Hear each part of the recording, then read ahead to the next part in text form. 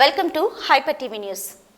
విజయవాడలోని Telugu Desam party central కార్యాలయం నందు నిన్న గూడూరు నియోజకవర్గం ఇన్ఛార్జి సునీల్ కుమార్ మరియు నాయకులతో జరిగిన నియోజకవర్గ సమీక్ష సమావేశంలో నారా చంద్రబాబు నాయుడు గారు గూడూరు తెలుగుదేశం పార్టీ అభ్యర్థిగా డాక్టర్ పాసిం సునీల్ కుమార్ గారిని ఎంపిక చేసినట్లు పార్టీ విశ్వసనీయ వర్గాల ద్వారా తెలిసింది. ఈ విషయం తెలుసుకున్న గూడూరు నియోజకవర్గ తెలుగుదేశం పార్టీ నాయకులు కార్యకర్తలు ఆనందోత్సాహాలు వెల్లివిరిశాయి. పార్టీ కార్యకర్తలు స్వీట్లు పంచుకొని బాణసంచా పేల్చి సంబరాలు నిర్వహించారు. నిన్న విజయవాడ తెలుగుదేశం పార్టీ సెంట్రల్ కార్యాలయం నందు గూడూరు నియోజకవర్గ సమీక్ష సమావేశంలో క్లస్టర్ ఇన్ఛార్జీలు మరియు మండల పట్టణ అధ్యక్షులతో జరిగిన సమావేశంలో పార్టీ కార్యక్రమాలు గూడూరు నియోజకవర్గ ఇన్ఛార్జి ఆధ్వర్యంలో పార్టీ నాయకులు కార్యకర్తలు సమిష్టిగా కృషి చేస్తూ విజయవంతం చేస్తున్నారని చంద్రబాబు నాయుడు గారు అభినందించారు. అనంతరం రాబో అసెంబ్లీ ఎన్నికల్లో తెలుగుదేశం పార్టీ అభ్యర్థిగా డాక్టర్ పాసం సునీల్ కుమార్ గారిని ప్రకటిస్తున్నామని, పార్టీ విజయానికి కృషి చేసి సునీల్ కుమార్ ను ఎమ్మెల్యేగా గెలిపించేందుకు శక్తి వంచన లేకుండా కృషి చేయాలని చంద్రబాబు నాయుడు గారు నాయకులతో తెలిపినట్లు పార్టీ విశ్వసనీయ వర్గాల ద్వారా తెలిసింది. రాష్ట్రంలో గూడూరులో పార్టీ గత అసెంబ్లీ ఎన్నికలలో ఓడిపోయినప్పటి నుంచి మాజీ ఎమ్మెల్యే డాక్టర్ పాసిం సునీల్ కుమార్ కార్యకర్తలకు ధైర్యం చెప్తూ కార్యకర్తలను నాయకులను ఏకతాటిపై నిలిపి పార్టీ నిర్దేశించిన ప్రతి కార్యక్రమాన్ని విజయవంతం చేస్తూ అధికార పార్టీ యొక్క ప్రజా వ్యతిరేక విధానాలను ఎండగడుతూ పార్టీ నిర్దేశించిన ధర్నా కార్యక్రమాలు, ఆర్టీసీ ఇన్ఛార్జీల పెంపు, విద్యుత్ ఛార్జీల పెంపు, ఆస్తి పన్నుల పెంపు, టిట్కో ఇల్లు లబ్ధిదారులకు ఇల్లు ఇవ్వకపోవడం, పలు సమస్యలపై నాయకులు కార్యకర్తలతో కలిసి ధర్నాలు నిర్వహించడం జరిగింది. ఈ 4.5 సంవత్సరంలో ప్రతి కార్యక్రమాన్ని విజయవంతం చేయడమే కాక పేదలకు అండగా పేదల సమస్యలు తీర్చేందుకు కృషి చేయడం జరిగింది. పట్టభద్రులు ఎమ్మెల్సీ ఎన్నికలలో కంచాల శ్రీకాంత్ విజయంలో గూడూరు నియోజకవర్గంలో మంచి మెజార్టీ తీసుకుని వచ్చి ఎమ్మెల్సీ ఎన్నికల విజయంలో కీలక పాత్ర పోషించడం జరిగింది. లోకేష్ పాదయాత్రను కీలకంగా తీసుకుని నియోజకవర్గంలో 5 రోజుల పాటు విజయవంతం చేయడం జరిగింది. పార్టీకి కష్టపడి పనిచేస్తూ పార్టీ కార్యక్రమాలను విజయవంతం చేసిన సునీల్ కుమార్ యొక్క సేవలు, ఆయన కష్టాన్ని గుర్తించిన పార్టీ అధిష్టానం నిన్న నియోజకవర్గ సమీక్ష సమావేశంలో సునీల్ కుమార్ కు పార్టీ టికెట్ ఇస్తున్నట్లు ప్రకటించడం జరిగింది. ఈ సందర్భంగా సునీల్ కుమార్ కు టికెట్ ప్రకటించిన చంద్రబాబు నాయుడు గారికి, అందుకు సహకరించిన లోకేష్ గారికి, నియోజకవర్గం జిల్లాలోని పార్టీ అగ్రనేతలకు, నియోజకవర్గంలోని నాయకులు కార్యకర్తలు ప్రతి ఒక్కరికి సునీల్ కుమార్ ధన్యవాదాలు తెలియజేయడం జరిగింది. ఈ విషయం తెలుసుకున్న నియోజకవర్గంలోని పార్టీ కార్యకర్తలు నాయకులు హర్షం వెలుబుచ్చుతూ స్వీట్లు పంచి బాణసంచా కాల్చి ఆనందోత్సవాలు వ్యక్తపరిచారు. ఇక రాబోయే ఎన్నికలలో సునీల్ కుమార్ అత్యధిక మెజార్టీతో గూడూరులో గెలిచేందుకు మా వంతు కష్టపడి పనిచేస్తామని పార్టీ నాయకులు కార్యకర్తలు ఈ సందర్భంగా తెలియజేయడం జరిగింది.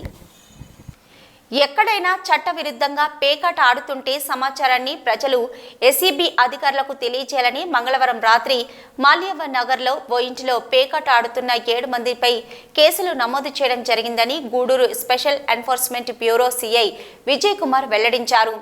గూడూరు పట్టణంలోని సిప్ కార్యాలయంలో సీఏ విజయ్ కుమార్ మీడియాతో మాట్లాడుతూ మాల్యవ్య నగర్లో ఓ ఇంటిలో పేకాట ఆడుతున్నారని సమాచారం రావడంతో ఆ ఇంటికి వెళ్లామని, పేకాట ఆడుతున్న 7 మందిని అదుపులోకి తీసుకుని వారి వద్ద 22,750 రూపాయల నగదు, సెల్ ఫోన్లు స్వాధీనం చేసుకున్నామని తెలిపారు.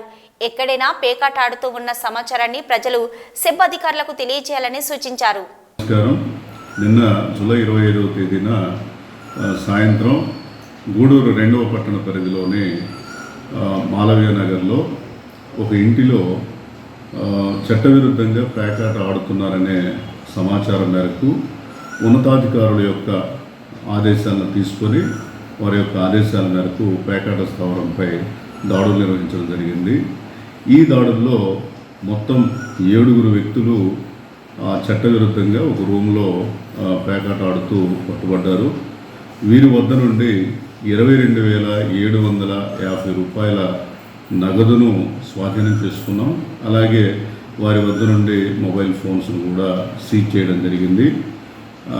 మధ్యవర్తుల సమక్షంలో ఈ దాడులు చేసి ఆ ప్రొసీడింగ్స్ రాసి ఇవన్నీ కూడా గూడూరు 2వ పట్టణ పోలీస్ స్టేషన్ వారికి అప్పచెప్పడం జరిగింది. వారి మీద కేసు నమోదు చేయడం కూడా జరిగింది.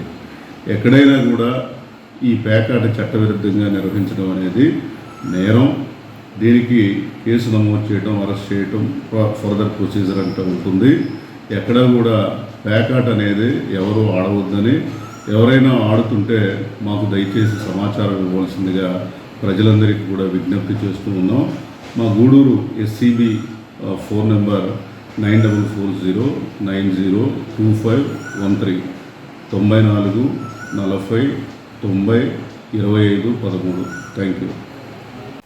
దేశానికి విశేష సేవలు అందించిన అబ్దుల్ కలాం పేరుతో చారిటబుల్ ట్రస్ట్ స్థాపించి సేవా కార్యక్రమాలు, క్రీడా పోటీలు నిర్వహించడం అభినందనీయమని గూడూరు DSP సూర్యనారాయణ రెడ్డి వెల్లడించారు.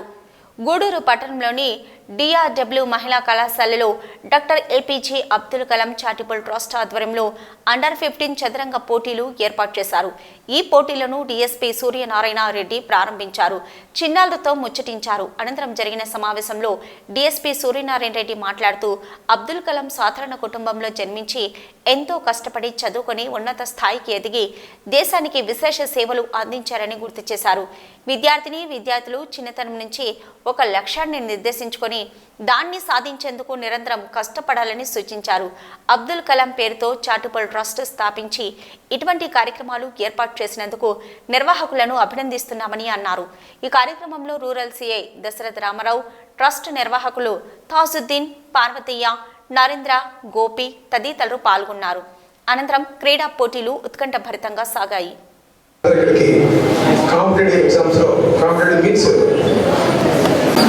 స్పోర్ట్స్ నథింగ్ బట్ స్పోర్ట్స్ అయితే ఫిజికల్ స్పోర్ట్స్ కాకుండా మెంటల్, మనకి ఫిజికల్గా కాకుండా మెంటల్గా కొంచెం మీరు అంతా షార్ప్గా ఫీల్ అవుతారు, బాగా తయారవుతారు.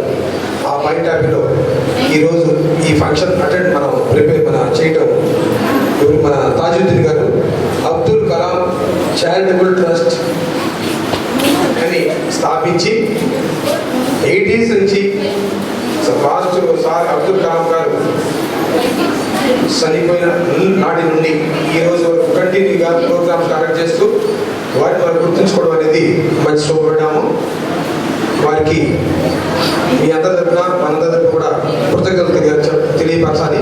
తాజుద్దీన్ గారికి అబ్దుల్ కలాం గారి స్ఫూర్తిని ఎవరైనా తీసుకోవాలంటే ఆయన చిన్నప్పుడు బాల్యంలో ఏ విధంగా కష్టపడినారు, తర్వాత ఏ విధంగా సక్సెస్ అయ్యారు, లైఫ్ లాంగ్ కూడా ఏ విధంగా హానెస్టీగా ఉన్నారు. ఆయన డెత్ అనేది కూడా ఒక మిస్టరీ. ఎందుకంటే mystery means nothing but mystery. ఒక ఏమంటాం మనం ఎక్కడ ఎలాంటి డిసీజ్ లేకుండా లాస్ట్ డెత్ జరిగే రోజు కూడా ఆయన మీ అందరూ ఇదే స్టేజ్ మీద ఇలాంటి స్టేజ్లోనే మీలాంటి స్టూడెంట్స్తో మాట్లాడితేనే చనిపోవడం అనేది నిజంగా మనం ఎక్స్పెక్ట్ చేయలేము. ఎందుకంటే దేవుడు ఆయన అందరూ ఉన్నాడు గ్యారెంటీగా. కానీ అంత మంచి మనస్తత్వం వల్ల ఒక మనిషి కాబట్టి మానవత్వం, నిజాయితీ, సోషల్ సర్వీస్, ప్రజలకు సర్వీస్ చేయాలనే మనస్తత్వం ఉన్న మనిషి అతను. అందువల్ల ఇలాంటి చారిటబుల్ ట్రస్ట్ ఆయన పేరు మీద పెట్టి మనం ఈరోజు ఈ ఫంక్షన్ జరుపుకోవడం చాలా శుభపడ్డాము. మీరు కూడా ఈ కాంపిటీషన్స్లో వచ్చి ఈ చెస్ కాంపిటీషన్లో మీరు అందరూ పార్టిసిపేట్ చేయడం కూడా మీ అందరూ కూడా కంగ్రాచులేషన్స్. ఇలాగే మీ life not only for this year, మిగతా రిమైనింగ్ మీ ఎడ్యుకేషన్, మీ లైఫ్ కూడా బాగా సక్సెస్ఫుల్గా మీరు కృషి అవ్వాలని. డిసిప్లిన్, సెల్ఫ్ డిసిప్లిన్ మనకు అవసరం. సెల్ఫ్ డిసిప్లిన్ లేకుండా తల్లిదండ్రులు చెప్తేనే మనం చదువుతాము, టీచర్స్ చెప్తేనే చదువుతాము అనుకోవడం నాట్ కరెక్ట్. మనం చదువు అనేది కలిసి ఉండాలి మీరు మనసులో. ఎవరు చెప్పినా చెప్పకపోయినా నేను గోల్ టార్గెట్ రీచ్ అయ్యాను, ఒక టార్గెట్ పెట్టుకోవాలి మనం. ఆ టార్గెట్ రీచ్ అవుతామా లేదనేది మీ మీద బట్టి ఉంటుంది, మీ కష్టాన్ని బట్టి ఉంటుంది, మీ హార్డ్ వర్క్ బట్టి ఉంటుంది. మీ ఎయిమ్ నేను కలెక్టర్ కావాలా, లేదా ఒక టీచర్ కావాలా, లేకపోతే నేను ఒక IAS కావాలి, IPS కావాలి, డాక్టర్ కావాలి, ఇంజనీర్ కావాలి. మీరు టార్గెట్ ముందు డిసైడ్ చేసుకోవాలి, అప్పుడే మీరు రీచ్ అవ్వగలరు. ఈ రోజుల్లో చూస్తున్నారు మా గవర్నమెంట్ కూడా చాలా సక్సెస్ఫుల్గా ఇంగ్లీష్ మీడియం ప్రవేశపెట్టి ఈరోజు మాకు ఆ రోజుల్లో లేదు. మీకు ఎంత అవకాశాలు వచ్చినాయంటే డిజిటల్ బోర్డ్స్ పెట్టి మీకు ఎన్నో ఆన్లైన్ వీడియోస్ మీ ముందు షోయింగ్ హెడ్ మాస్టర్స్ అందరూ గవర్నమెంట్ మీ అందరూ చూపిస్తూ దాని మీద స్కిల్ డెవలప్మెంట్ బాగానే ఒక కమ్యూనికేషన్ డెవలప్మెంట్ తయారీ మనం దాంట్లో సక్సెస్ అయ్యామంటే నెక్స్ట్ ఫ్యూచర్లో మీకు ఇప్పుడు ఆ రోజుల్లో మనం 90% 99% అనుకున్నాడు. ఇప్పుడు మీకు ఇంటర్వ్యూలోకి వెళ్తే మీకు 40% ఉన్నా మీరు ఇంటర్వ్యూలో సక్సెస్ అయితే గ్యారెంటీగా you are selected for that job అంటారు. నిన్న దాదాపు 5 గంటల సేపు నెల్లూరులో కూర్చొని ఆ కొటేషన్స్ మేము రాసాము. మీకు సంబంధించిన కొటేషన్స్ ఒకటి మన డిఎస్పీ గారు చెప్పారు, అందరూ తెచ్చిపోతాము, మరణం అనేది ఒక ప్రతిష్టాత్మకంగా ఉండాలా. అబ్దుల్ కలాం గారు ఎక్కడ చనిపోయారో తెలుసు కదా మీకు అని అన్నారు. ఆ సందర్భంగా వారు మన జననం సాధారణమైనదే కావచ్చు, కానీ మన మరణం మాత్రం ఒక చరిత్ర సృష్టించాలని ఉండాలి. అర్థమైందా? తీసుకుగా చెప్పారు, చరిత్ర సృష్టించడం అంటే ఇప్పుడు అబ్దుల్ కలాం గారి నిధులు 8 సంవత్సరాల తర్వాత కూడా ఆయన చనిపోయిన తర్వాత మనం ఆయన పూలమాల ఇస్తున్నాం. గాంధీ గారికి ఎందుకు పూలమాల ఇస్తున్నాం? అంబేద్కర్ గారికి పూలమాల ఎందుకు ఇస్తున్నాం? సర్దార్ వల్లభాయ్ పటేల్ గారికి ఎందుకు పూలమాల ఇస్తున్నాం? వీళ్ళందరూ ఈ దేశం కోసం వాళ్ళ యొక్క జీవితాన్ని అర్పించి వాళ్ళు ఏదో సాధించారు కాబట్టి వాళ్ళు స్మరించుకుంటున్నాం. అది వాళ్ళు సాధించిన ఘనత, చరిత్ర. అది ఆ చరిత్ర సృష్టించే విధంగా మీరు కూడా ఏ రంగాలు సాధిందాక అన్నాడు. ఒకరు సైంటిస్ట్ కావచ్చు, ఒకరు డాక్టర్ కావచ్చు, ఒకరు క్రీడాకారుడు కావచ్చు, ఇంకొకరు మీరు ఎన్నుకున్న ఏ వృత్తులైనా సరే అది సమాజానికి పనికొచ్చి సమాజం మిమ్మల్ని మీరు బ్రతికినంత వరకు గుర్తించే విధంగా ఉండడమే చరిత్ర సృష్టించడం.